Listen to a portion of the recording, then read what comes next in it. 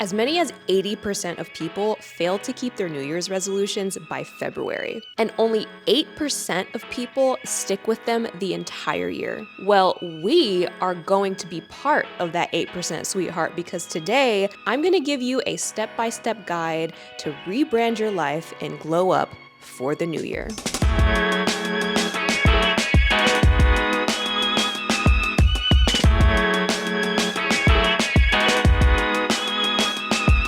Numerous studies have identified the reasons why people fail their New Year's resolutions, and we'll get to those reasons a little bit later, but personally, all of those reasons really resonated with me because I have made every single one of those mistakes in the past.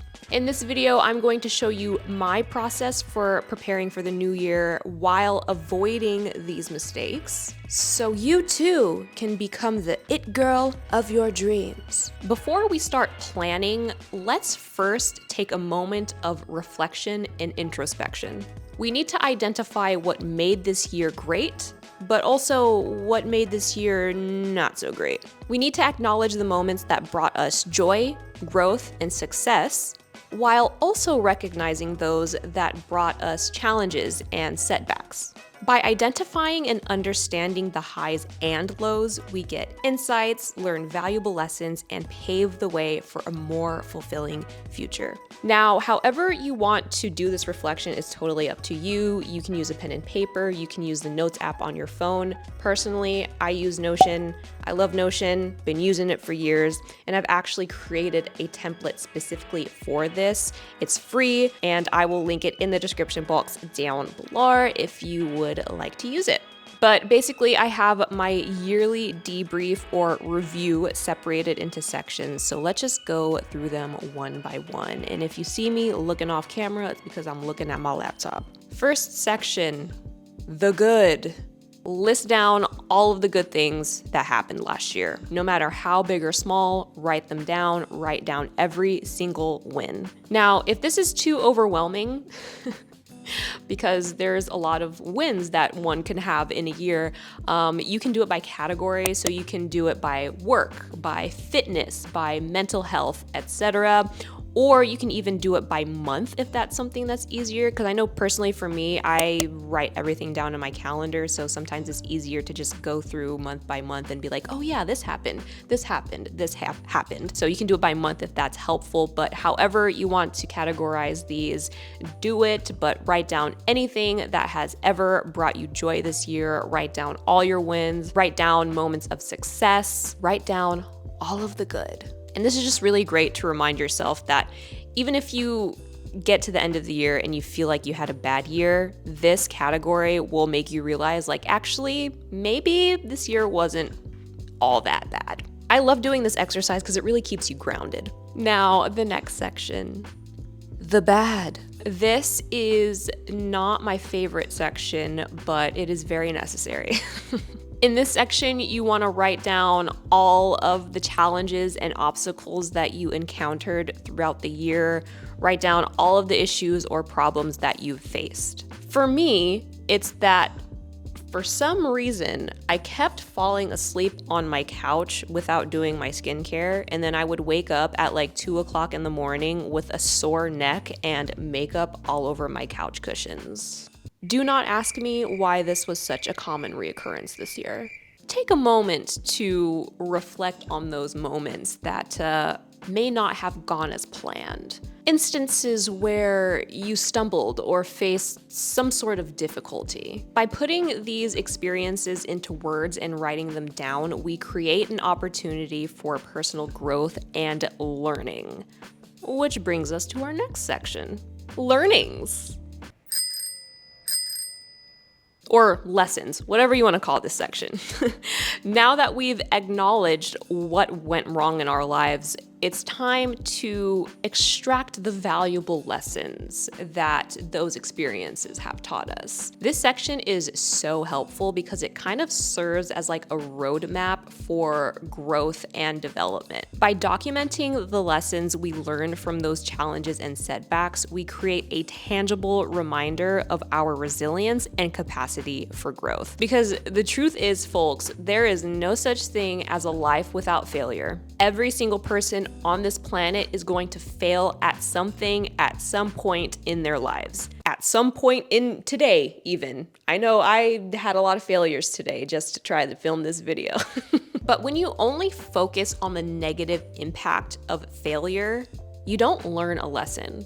You cloud your perspective and prevent yourself from seeking the valuable lessons that lie within that experience. Being fixated on the downside only leads to feelings of discouragement and low self-esteem. And that is not what an it girl does. By turning that failure into a learning opportunity, you are empowering yourself. Remember, girls, every failure is just a chance for you to grow stronger and wiser. So while that last section wasn't my favorite, this is actually my favorite section because I learned so much about myself in this section. So here's an example of how to use this section. So let's take the example of me falling asleep on the couch. What lesson did I learn from that? Well, I learned that I need to follow an evening routine. Because if I did follow an evening routine, there would be no makeup on my couch cushions, my neck would not be hurting as I'm filming this video, and I would have woken up in my own bed after 8 full hours of beauty sleep. So, what lessons have you learned from your mistakes and failures? Write them down. Now let's talk about habits. These are so important for achieving your goals. Ask yourself these 2 questions. Number 1, what good habits, if any, did you build this year? And number 2, what habits have kept you stuck? After you write these down, you can go ahead and write down any lessons you've learned from answering these 2 questions. This kind of ties in with the previous section, but another question to ask yourself is, what untrue beliefs did I hold about myself this year? And I promise you, there are probably a lot. You might think that these beliefs that you have about yourself are true, but they're probably not. For example, an untrue belief that I held about myself this year is, I'm lazy. That is not actually true. I'm not lazy. I just have committed myself to lazy habits. Maybe you're telling yourself, I'm bad with money. You're not bad with money. You just have bad spending or saving habits. The good news is that bad habits are not a personality trait. They don't define who you are. They're simply patterns of behavior that you've developed over time. Your bad habits are separate from your identity and not permanent features of your character. You are not inherently a bad person. You just have bad habits. The good news is that habits, by their very nature, can be altered, which means that you have the agency to change them.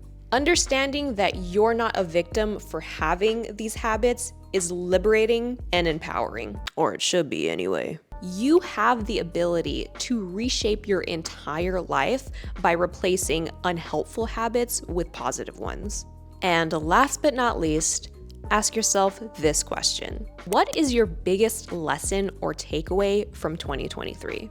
Personally, my biggest takeaway from this year is definitely that I need to build discipline. And in order for me to build discipline, I need to implement systems and consistency into my life. So, what are the most common reasons why New Year's resolutions fail, and how can we avoid making these mistakes? Based on some quick research that I've done, the most common reason why New Year's resolutions fail is setting goals that are too big. And to clarify, I don't mean dreaming too big or having audacious aspirations. What I mean is that our goals are too big, they're too vague. It is essential to break down your goals into smaller steps to make them a little bit more manageable and well-defined. Smaller and more targeted goals pave the way for more tangible progress. It is really easy to say, I want to be healthier this year. What does that even mean?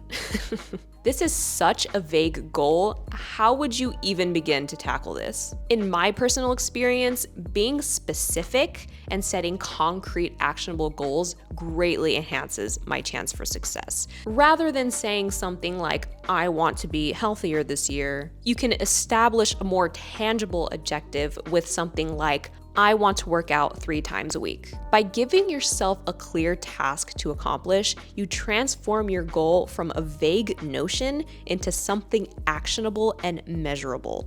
Because every single week, if you make a weekly checklist, you can check off whether you went to the gym 3 times a week or not. But you can't really check off, I want to be healthier this year. You know what I'm saying? By specifying the action you need to take, you create a sense of direction and purpose. Another common reason why resolutions fail is because we're not asking ourselves, why? We need to dig into the underlying motivations to establish a deeper purpose. Purpose and intention are everything. I want to work out 3 times a week. Well, why? Why do you want to work out 3 times a week? 10 different people can have this exact goal for 10 completely different reasons. Person A might want to work out 3 times per week to gain 10 pounds in muscle mass. Person B might want to work out 3 times a week to lose 20 pounds. Person C might want to work out 3 times a week solely to benefit their mental health. When you explore the why behind these aspirations, you strengthen your resolutions and make them more meaningful and impactful for you. So instead of saying, I want to read more books, maybe you say, I want to read 1 book per month to broaden my knowledge and enhance my personal development. Number 1, get specific. Number 2, identify your why. Number 3, set a concrete and actionable goal.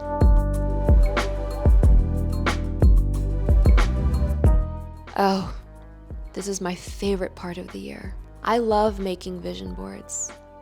I love making mood boards. I love giving visual representation to my goals, my dreams, and ideas. I am a very visual person, so vision boards and mood boards serve as a very powerful source of inspiration for me. It's 2023, and I feel like at this point, we all know what a vision board is. Like, you all know what that entails. So I'm not gonna spend a lot of time talking about this, but creating a vision board can be such an invaluable tool because it provides a tangible representation of your aspirations. It serves as a constant reminder of your goals. It helps foster clarity, motivation, and it helps you cultivate a focused mindset towards manifesting your dreams into reality. I like making my vision boards in Photoshop, but you can also use Canva, which is a free tool. They have a web browser version. You can also download a desktop version, and they also have it for the iPhone. I'm not sure if they have it for Android, but I know for sure they have it for the iPhone. And I like using my biggest takeaway from this year and making it into a keyword for next year. So like I said before, one of my biggest takeaways from 2023 is that I need to build discipline and implement systems and consistency in my life. So I will literally type out the words discipline and consistency and routine, and I will make the font very, very big and put it on my vision board to remind myself of my intentions for the new year. I like to declutter after I've created my vision board because this way my vision of my dream life kind of serves as like a guideline for what to keep and what I need to let go of. Aligning your physical environment with the vision of your ideal life or your ideal self allows for a more focused pursuit of your goals. As you let go of items that no longer serve you or no longer align with your aspirations, you create space for new opportunities and new experiences to come into your life. Decluttering is such a powerful tool because it provides a sense of clarity, it reduces distractions and anxiety, especially for me, and it enhances the alignment between your external surroundings and the life that you're trying to create. Like, your dream self does not surround herself with clutter she doesn't need. Like, it girls just don't do that. Like Marie Kondo says in her book, The Life-Changing Magic of Tidying Up, the place we live should be for the person we are becoming now, not for the person we have been in the past. I read this book when I was 19 years old, and it completely changed my life. Like, the title of that book is not a joke. But even if you haven't read it, one of the biggest takeaways from this book is as you are decluttering items from your home, you pick up every single item and you ask yourself, does this spark joy? If it does, you keep it, and if it doesn't, you thank this item for serving you, and then you let it go. And if I remember correctly, the KonMari method has its own system for decluttering. So you're supposed to declutter by category as opposed to by room. So instead of decluttering the office and then decluttering your bedroom and then decluttering the living room, first you would start with decluttering papers. So you would gather all of these documents, all of this mail that are in different parts of your house, and then you would just put it in a big pile and you would declutter it that way instead of decluttering each room by itself. So personally, this makes decluttering a much easier experience for me because when you have all of these items that are in a single category right in front of you, you can immediately make a decision. When you declutter by room, sometimes you forget what you've already gotten rid of and what you've already kept. So if you have all of these items in the same category right in front of your face and you just like go through it all at once, it just makes decluttering very easy, in my experience. Once you declutter your physical space, you might find that you have reduced mental clutter as well. Everything is connected, folks. And then you can go ahead and do a digital clutter. Now, as a content creator, this is really tough for me. But there's just something so satisfying about your laptop running faster because you've deleted 3 million screenshots and then emptied your recycling bin. You know what I mean?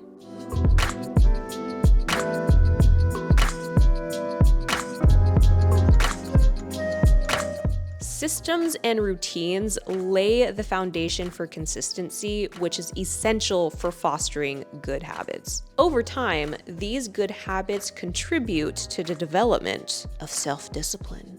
You cannot rely on motivation to complete a task.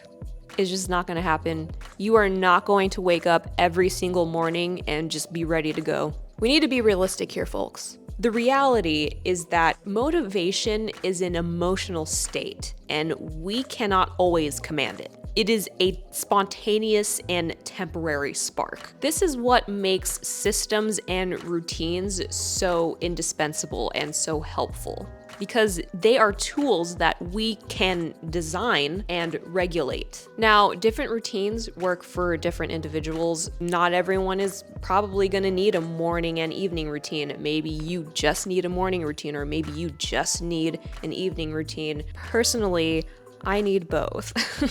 Where all my neurodivergent girlies at? I also have a Sunday reset routine, which helps me prepare for the week ahead. And then I've also mapped out like a specific weekly work schedule. And what this entails is that I have identified certain days of my week dedicated to creating a certain type of content. So for example, on Mondays, I will write scripts for videos. On Tuesdays, I will batch film videos. Like I'll film 2 to 3 videos a day. And then on Wednesdays, I'll edit all of my videos. And this really helps me to efficiently like batch content and also maintain a consistent output. Batching content is something that I've always wanted to do, but I relied too heavily on motivation to get it done. So some weeks I would batch content because I'm feeling super motivated, but then I lose that motivation and then I won't do it again for like 2 months. So next year, I really want to commit to building consistency and routine and discipline so that I can regularly put out content for you guys like I used to. In the book Atomic Habits by James Clear, he speaks greatly about something called habit stacking. One of the best ways to build a new habit is to identify a current habit you already do each day and then stack your new behavior on top. Habit stacking is a special form of an implementation intention. Rather than pairing your new habit with a particular time and location, you pair it with a current habit. So if you already wake up in the morning and brush your teeth, you can build on that current habit by then changing into your workout clothes. The formula for habit stacking is after or before current habit, I will new habit. So for this example, after I brush my teeth, I will immediately change into my workout clothes. And you can build your entire routine using this formula. So your morning can look like this. After I get out of bed, I will meditate for 5 minutes. After I meditate for 5 minutes, I will brush my teeth. After I brush my teeth, I will change into my workout clothes. After I change into my workout clothes, I will get in my car to go to the gym. I really like this system because you've already created a plan for yourself. You just need to follow it. There is no motivation required. You literally just need to follow the plan that you've created for yourself. And if you've written it down somewhere, like I personally have a habit tracker that I check off every single day, and it will hold you accountable every single time that you look at it. Because sometimes when I don't go to the gym, for example, the next day when I look at my habit tracker, I'm like, damn, I did not go to the gym today. And it it holds you accountable. You know what I'm saying? When you can see what you've done and what you haven't. So my routines obviously are going to look very different from yours because our goals are probably going to be very different. But since you've already identified actionable goals for the new year, all you need to do is implement them into a routine. Once I start building discipline, it is over for you bitches. Like procrastination, who? I won't know her. I feel like now that I've identified my actionable goals and I've come to the conclusion that motivation isn't reliable, I feel more empowered because now I feel like I can actually control what I do. And that's a great feeling. And I feel really good about next year, and I hope that this video makes you feel the same way. Thank you guys so much for watching this video. If you like this video, go ahead and give it a thumbs up. Subscribe if you like this video. Leave a comment, show your girl some love if you like this video, and I will catch you guys next time. Peace.